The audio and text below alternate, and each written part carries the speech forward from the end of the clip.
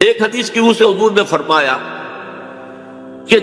جب اس امت کے آخری اور سب سے بڑے مجدد کا ظہور ہوگا، حضرت مہدی جنہیں ہم جانتے ہیں، تو ان کی حکومت کو عرب میں قائم کرنے کے لیے فوجیں مشرق سے آئیں۔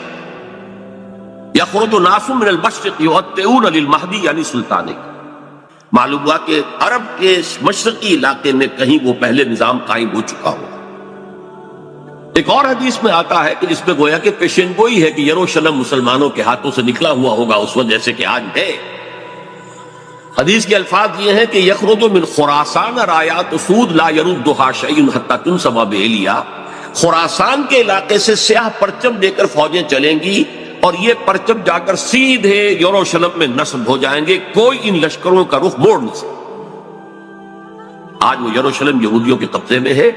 اور کوئی دن کی بات ہے، اندیشہ ہے کہ مسجد اقصیٰ جو ہے وہ شہید کی جائے، وہ اپنا سیکنڈ ٹیمپل جو ہے بلڈ کرنا چاہتے ہیں، نقشے تیار ہو چکے، ہر چیز اس کے لیے جو ہے پورا اہتمام ہو چکا۔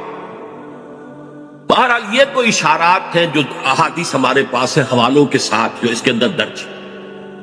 اب مشرق میں الحمدللہ کہ ہندوستان بھی مشرقی میں تھا، پاکستان اب مشرق میں ہے، افغانستان مشرق میں ہے۔ خراسان کا لفظ آیا ہے تو خراسان جو ہے حضور کے زمانے میں ایک بہت بڑے علاقے کا نام تھا،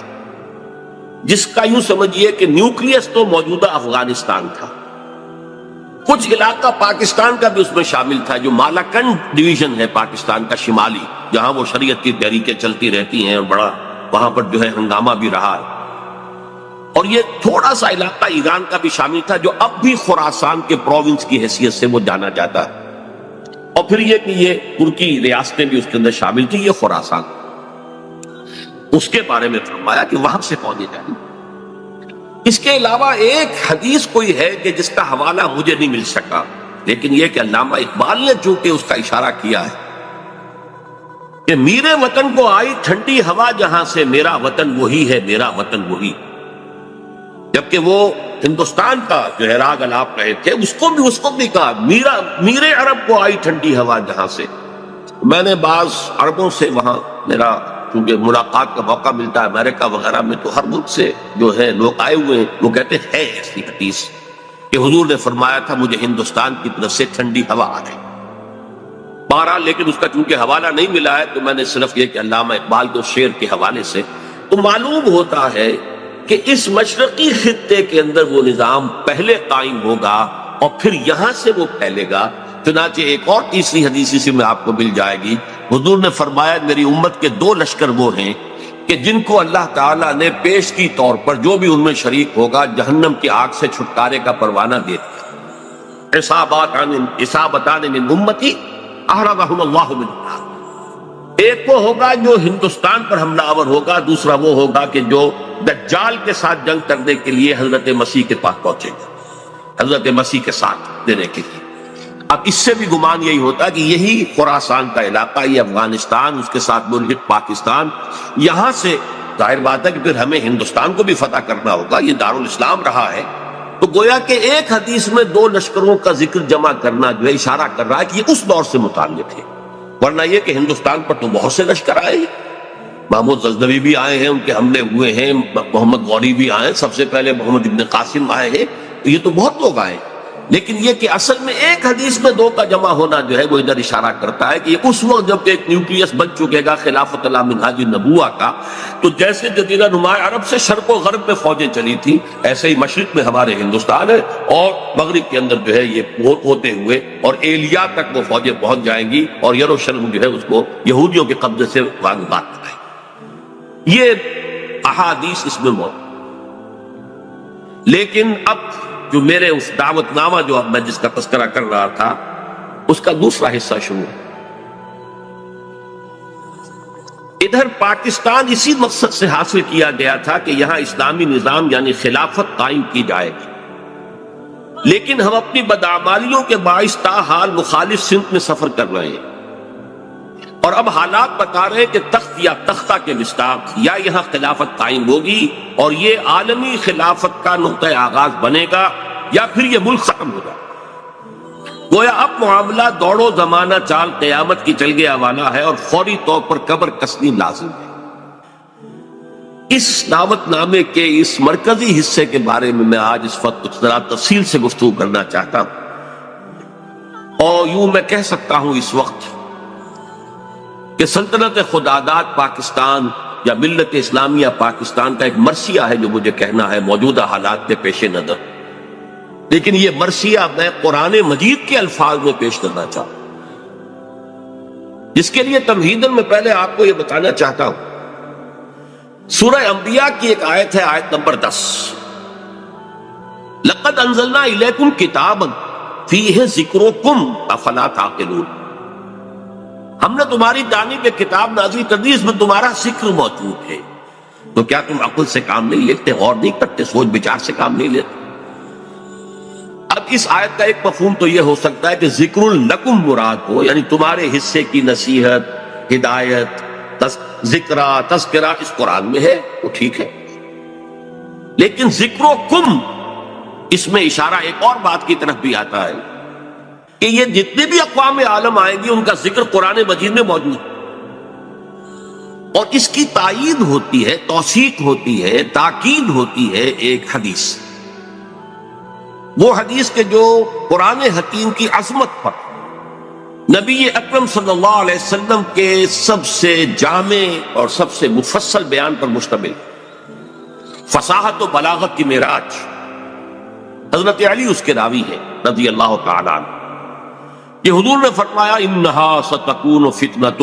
عن قریب ایک بہت بڑا فتنہ رونما ہوگا۔ حضرت علی فرماتے ہیں کہ میں نے عرض کیا مل مخرج منہا یا رسول اللہ، اے اللہ کے رسول یہ بتائیے اس سے نکلنے کا راستہ کون سا ہوگا؟ ایک لمحے کے لیے توقف کیجئے، میں یہاں یہ توجہ دلایا کرتا ہوں کہ ہم اگر ہوتے، ہمارے مزاج کا اور صحابہ کے مزاج کا فرق کیا ہے؟ ہم ہوتے تو کیا پوچھتے؟ یہ حضور یہ فتنہ کیوں ہوگا، کب ہوگا، کدھر سے آئے گا، کیسے آئے گا؟ ہمارے تو سوالات یہ ہوتے جو سب معلوماتی نوعیت کی چیزیں ہیں، ان کا کوئی تعلق عمل سے نہیں۔ صحابہ کا معاملہ کیا تھا؟ حضرت علی نے ان میں سے کوئی سوال نہیں کیا، کب آئے گا، کیوں آئے گا، کدھر سے آئے گا، کیسے آئے گا، کچھ نہیں۔ جو عملی سوال تھا مل مخرج منہا یا رسول اللہ، اللہ کے رسول جب آپ نے فرما دیا کہ بہت بڑا فتنہ ہوگا، تو ہمیں تو اب یہ سمجھنا ہے کہ وہاں سے نکلنے کا راستہ کون سا؟ بس اس کے جواب میں وہ حدیث ہے کتاب اللہ، تمام فتنوں سے نکالنے والی اللہ کی کتاب، فیہ نبأ ما قبلکم وخبر ما بعدکم وحکم ما بینکم، اس میں تم سے پہلے جو لوگ گزرے ان کے حالات بھی یہ تو سب جانتے ہیں، قوم نوح اور قوم ہود اور قوم عاد، اور نہ معلوم کس کس کا واقعہ کا تذکرہ ہے، وہ خبروں ما بعدکم جو تمہارے بعد ہونے والا ہے اس کی خبریں بھی موجود ہیں، وحکم ما بینکم، اور جو بھی تمہارے مابین قیامت تک اختلافات رونما ہوں گے ان سب کا فیصلہ بھی موجود۔ بڑی عظیم حدیث ہے، وَهُوَ الذِّكْرُ الْحَكِيمُ وَهُوَ الصِّرَاطُ الْمُسْتَقِيمُ وَهُوَ حَبْلُ اللَّهِ الْمَتِينُ لا تنقضي عجائبه ولا يشبع منه العلماء ولا يخلق عن كثرة الرد، اور آخری الفاظ تو بلاغت کی انتہا ہے، من قال به صدق ومن عمل به اجر ومن حكم به عدل ومن دعا اليه هدي الى صراط مستقيم۔ جس نے کوئی بات کہی اس قرآن کی بنیاد پر اس نے سچ کہا، جس نے عمل کیا اس کا اجر محفوظ ہے، جس نے کوئی فیصلہ کیا قرآن کی بنیاد پر اس نے عدل کیا، اور جس نے قرآن کی طرف بلایا اس کی ہدایت ہو گئی، کسی اور کی ہو نہ ہو اس کی ہدایت گارنٹیڈ ہے جو قرآن کی طرف بلا ہوا۔ یہ حدیث ہے جس میں خبر و ما بعدکم کے الفاظ، بلکہ میں تذکرہ کر دوں گے، یہ حدیث ایک اور شان سے وارد ہوئی ہے طبرانی کی معجم کبیر، وہاں یہ حدیث اس طور سے آئی ہے کہ حضرت جبرائیل نے حضور سے یہ فرمایا یا محمد امتک بعدک، اے محمد صلی اللہ علیہ وسلم یہ آپ کی امت کا آپ کے بعد کیا بنے؟ حضور نے اس پر پوچھا بل مخرج منہا یا جبرائیل، اہم کہی ابھی تو میں ہوں، انا بین اظہرکم، ابھی تو اے مسلمانوں میں تمہارے مابین ہوں، لیکن ایک وقت تو آئے گا، پھر دور نبوت کے خاتمے کی خبر حضور نے دی تھی تو وہ آپ نے مثال کی خبر دی تھی، جانا ہے تجھے، انکا میت وانہم میتون، قرآن مجید پر، لیکن اس کا حل کیا ہو؟ تب انہوں نے کہا ہے کتاب اللہ فیہ نبأ من قبلکم وخبر ما بعدکم وحکم ما بینکم، یہ پوری یہ ایک اور ہی شان کے ساتھ یہی روایت ہے۔ بات میں اس حوالے سے آپ کے سامنے قرآن حکیم کی 6 آیات، اور عجیب یہ حسن اتفاق ہے، سورہ اعراف کی آیات ہیں 175، 176، 170، اور سورہ توبہ کی آیات ہیں 100 نکال دیجئے 75، 76، 70۔ یہ آئینہ ہے اس وقت میرے اور آپ کے لیے، ملت اسلامیہ پاکستان کے لیے، سلطنت خدا داد پاک۔ دیکھیے سورہ اعراف میں فرمایا وَاتْلُ عَلَيْهِمْ نَبَأَ الَّذِي آتَيْنَاهُ آيَاتِنَا فَانْسَلَخَ مِنْهَا فَأَتْبَعَهُ الشَّيْطَانُ فَكَانَ مِنَ الْغَاوِينَ۔ اے نبی ان کو آپ اس شخص کی خبر سنائیے جسے ہم نے اپنی آیات عطا کی تھی، لیکن وہ ان سے نکل بھاگا، پھر شیطان اس کے پیچھے لگ گیا، اور پھر وہ انتہائی گمراہ لوگوں میں سے۔ وَلَوْ شِئْنَا لَرَفَعْنَاهُ بِهَا، ہم چاہتے تو ان آیات کے ذریعے سے، ان کی بدولت ہم اسے اور بلند کرتے، اس کا مقام، اس کا رتبہ اور اونچا۔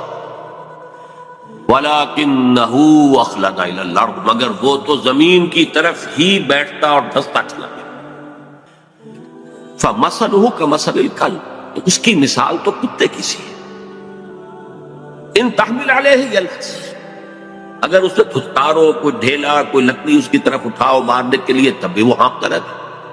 ان تترکو یلحظ، زبان اس کی نکلی ہوگی، اس سے راج ٹپک گئی ہوگی، چھوڑے رکھو گے تب بھی۔ ذالک مثل القوم الذین کذبوا بآیاتنا، یہی مثال ہے اس قوم کی کہ جس نے اپنے رب کی آیات کو جھٹلایا۔ فاقصص القصص، تو اے نبی آپ یہ واقعہ بیان کر دیجئے، لعلہم یتفکرون، شاید کہ وہ غور کریں، سوچ بچار سے کام لیں۔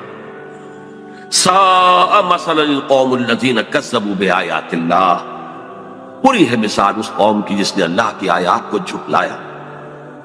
وانفسہم کانوا یظلمون، اور وہ اپنے اوپر سے ظلم کرنے والے۔ اب میں اس کی زیادہ تفصیلی تفاصیل میں نہیں جاؤں گا، اگرچہ ایک رائے یہ بھی ظاہر کی گئی ہے کہ یہ کسی شخص معین کا تذکرہ نہیں ہے، بلکہ یہ ایک مثال ہے بتا دے رہا، لیکن یہ بات صحیح نہیں۔ وَاتْلُ عَلَيْهِمْ نَبَأَ وَاضْرِبْ لَهُم مَثَلًا سے بات ہوتی تو اس کا امتحان تھا، یہاں تو خبر سنا دیجئے اے نبی اس کی خبر۔ اور اس میں حضرت عبداللہ ابن عباس رضی اللہ تعالی عنہما سے کئی جو ہے اقوال ہوئی ہے کہ یہ شخص بلعام بن باعورہ، تو جو کتاب گنتی ہے نمبرز تورات کی، اس میں شخص کا ذکر بہت، یہ کنعانی تھا، بعض لوگوں کے نزدیک اسرائیلی تھا، لیکن بہت عابد و زاہد، بہت اونچے مقام، صاحب کرامت بزرگ جسے کہا۔ الذی آتیناہ آیاتنا سے مراد یہاں پر کچھ لوگوں نے لیا ہے کہ علم کتاب اسے دی گئی تھی، وہ بات میرے نزدیک صحیح نہیں ہے، بلکہ آیات کہا گیا معجزات کو بھی، جس طرح اللہ اپنے انبیاء کو آیات، ہم نے آیات بینات دے کر رسولوں کو بھیجا، ایسے ہی ہے کہ کوئی بہت عابد زاہد کوئی ہو، عابد مرتاز اور زاہد مرتاز، تو اللہ تعالیٰ اسے کرامتیں عطا کرے۔ بالکل شک کو کرامات الاولیاء حق، اس میں کسی شک و شبہ اللہ تعالیٰ کی بزرگی کے لیے، اظہار کے لیے وہ ایسے خلق واقعات ہے، تو با کرامت بزرگ تھا، لیکن پھر وہ جو دنیاوی خواہشات کی طرف ایسا متوجہ ہوا کہ اس کی ساری نیکی، ساری اس کی بزرگی، ساری روحانیت ختم ہو کر رہ گئی، وہ انتہائی پاتال میں۔ بعض مفسرین نے حضور کے دور کے 2 اشخاص کا ذکر بھی کیا ہے۔ امیہ ابن ابی صلت ایک بہت بڑا شاعر تھا کہ جس کی اشعار میں توحید رچی بسی ہوئی، توقع یہ تھی کہ تو حضور کا سب سے بڑا جو ہے وہ سپورٹر بن جائے گا، لیکن نہیں، مخالف ہو گیا۔ اسی طریقے سے ابو عامر راہب تھا، جیسے ورقہ ابن نوفل مکے میں تھے، تو وہ جا کر جو ہے وہ شام میں انہوں نے عیسائیت اختیار کی، اور وہ بہت بڑے عالم تھے، کان یکتب التوراۃ بالعبرانیہ۔ اسی طرح یہ ابو عامر خزرجی تھا، اور یہ بھی عیسائی ہو گیا تھا، شام میں رہا، اور پھر یہ بہت بڑا زاہد اور عابد اور عالم شخص تھا، لیکن یہی بدترین دشمن ہو گیا محمد رسول اللہ کا۔ جبکہ ورقہ ابن نوفل نے جو ہے حضور کی تصدیق کی تھی جب حضرت خدیجہ رضی اللہ تعالی عنہا لے کر گئی تھی حضور کو ان کے پاس۔ بہرحال میرے نزدیک یہ بلعام بن باعورہ ہی کا تذکرہ ہے جو ہو رہا ہے کہ وہ بہت با کرامات بزرگ تھا، لیکن زمینی خواہشات دو سب سے نمایاں، بطن، پیٹ کھانے کو مانگتا ہے، یہ انسان کی بہت بڑی، اس لیے کہ ظاہر بات ہے جو پریزرویشن آف دی سیلف ہے، اپنے بقا کے لیے اسے غذا چاہیے، لیکن اس کے ساتھ اٹھارہ بھی لگا ہوا ہے، یہ اس کے ساتھ اضافی شے ہے۔ اور دوسری ہے جنسی خواہش، شہوت،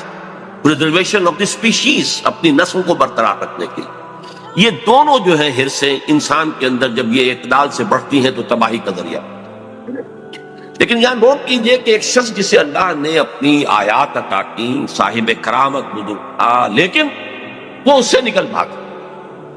اور یہاں فرمایا پھر شیطان اس کے پیچھے لگ، اور یہ بہت اہم نقطہ ہے، یعنی اولا نہیں شیطان کے اغوا سے کوئی شخص جو ہے وہ گمراہ ہوا کرتا۔ قرآن مجید میں صاف یہ بات آئی ہوئی ہے، ان عبادی لیس لک علیہم سلطان، دیکھو تمہیں ہم مہلت تو دے رہے ہیں، قیامت تک کے لیے تمہاری زندگی طویل ہوگی، اور تم ہمارے بندوں کو جس طرح چاہو گمراہ کرنے کی کوشش کرنا، لیکن تمہیں اختیار کوئی حاصل نہیں ہو، اختیار اسے حاصل نہیں۔ تو جو شخص خود اپنی جو ہے داخلی غلط تقاضوں کے تحت غلط راستہ اختیار کرتا ہے، پھر شیطان اس کے پیچھے لگ جاتا ہے، فَأَتْبَعَهُ الشَّيْطَانُ، تو شیطان اس کے پیچھے لگ گیا، فَكَانَ مِنَ الْغَاوِينَ، پھر وہ ہمارے ہاں جو کولوکیل لینگویج میں پھر برے کو گھر تک پہنچا کر رہتا ہے، وہ پھر آخری درجے تک پہنچا کر ہی وہ بس کرتا ہے، تو اس درجے تک بلعام بن باعورہ پہنچ گیا۔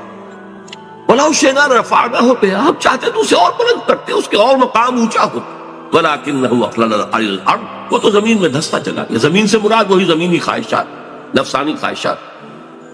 فَمَثَلُهُ كَمَثَلِ الْكَلْبِ، اس کی مثال کتے کی۔ اب کتا وہ جانور ہے، حیوانات، پیٹ اور جنس دونوں شہوتیں اس میں انتہا کو پہنچے،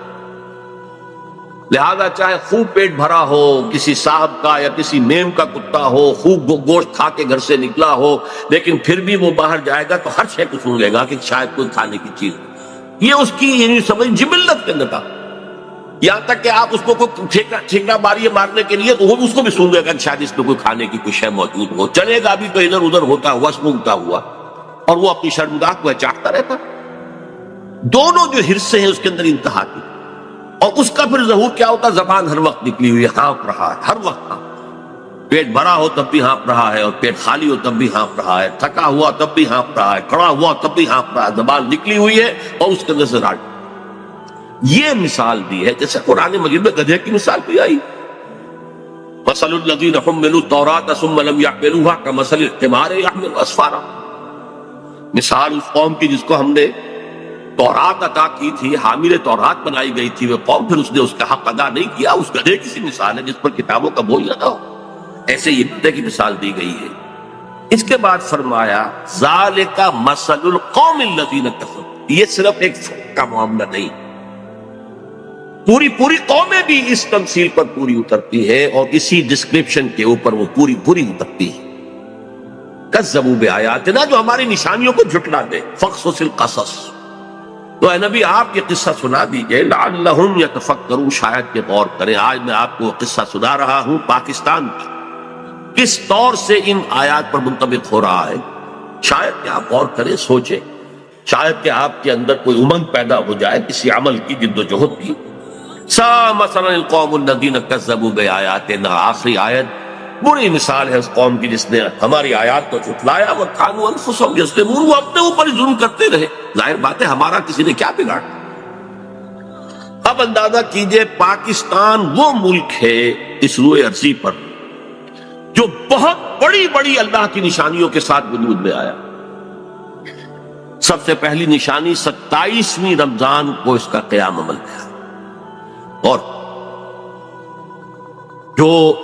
بہترین رات ہو سکتی، فیہا یفرق کل امر حکیم، جس میں کہ تمام جو بھی اللہ تعالیٰ کے پختہ فیصلے ہیں وہ کیے جائیں۔ پاکستان 27ویں شب رمضان مبارک کی، اس پہ اس کا وجود۔ پھر غور کیجیے کیسے قائم، کوئی امید کچھ عرصے پہلے بھی نہیں تھی کسی کو کہ پاکستان قائم، عام طور پر سمجھا گیا تھا یہ مسلم لیگ نے بارگیننگ کے لیے اتنی بڑی بات کر لی ہے، وہ لے دے کر معاملہ ہو جائے گا۔ اور سب سے بڑی بات یہ کہ خود 1 سال پہلے Quaid Azam cabinet mission plan کو تسلیم کر چکے۔ اس کا کیا مطلب تھا کہ کم سے کم 10 سال کے لیے ایک آزاد پاکستان کا وجود مؤخر ہو گیا۔ نظری طور پر 10 سال کے بعد امکان تھا، لیکن ایک مرتبہ مرکزی حکومت ایک وحدت کے ساتھ اگر وجود میں آ جاتی تو پنڈت نہرو نے جو کہا تھا سچ تو وہی تھا، نکل جاتی ہے جس کی منہ سے سچی بات مستی میں، اس نے وہ سچ کہہ دیا، جس کی وجہ سے پھر قائد اعظم نے جو تسلیم کر لیا تھا کیبنٹ مشن پلان کو، پھر اس سے آپ نے رجوع کیا کہ اس نے کہہ دیا تھا ایک دفعہ بن جائے پھر کون کسی کو علیحدہ عہدے دیتا ہے۔ اس پر پھر قائد اعظم نے پسپائی نہ، اگر وہ خاموش رہتا تو کم سے کم 10 سال تک کوئی امکان نہیں تھا، اور اس 10 سال میں ہندو قوم نے کیا کرنا تھا اس کا آپ تصور۔ پھر سوچئے پاکستان قائم ہوا، ہندو قوم ہمارے سے کس قدر تعداد میں زیادہ، تعلیم میں زیادہ، دولت میں زیادہ، تنظیم میں کس قدر منظم قوم، کس قدر تعلیم یافتہ، کتنی ان کے اندر ایک یکجہتی موجود تھی۔ پھر کانگریس جیسی جماعت، بہت بڑی جماعت، تو کوئی شک نہیں، بہت بڑی عوامی جماعت، جس کے ساتھ یہ کہ لیڈرز کی سیکنڈ لائن کی یوں سمجھیے کہ ایک بڑی قطار موجود تھی۔ یہ نہیں تھا کہ مسلم لیگ بس ایک بگولے کی طرح ایک تحریک کے طور پر اٹھی ہے، اس نے جو بھی حاصل کر لیا، ورنہ مسلم لیگ اصل میں ایک جماعت کی شکل میں منظم ہو ہی نہیں پائی تھی۔ یہی وجہ ہے کہ پتاشے کی طرح گھل گئی پاکستان میں۔ لیکن یہ کانگریس اور گاندھی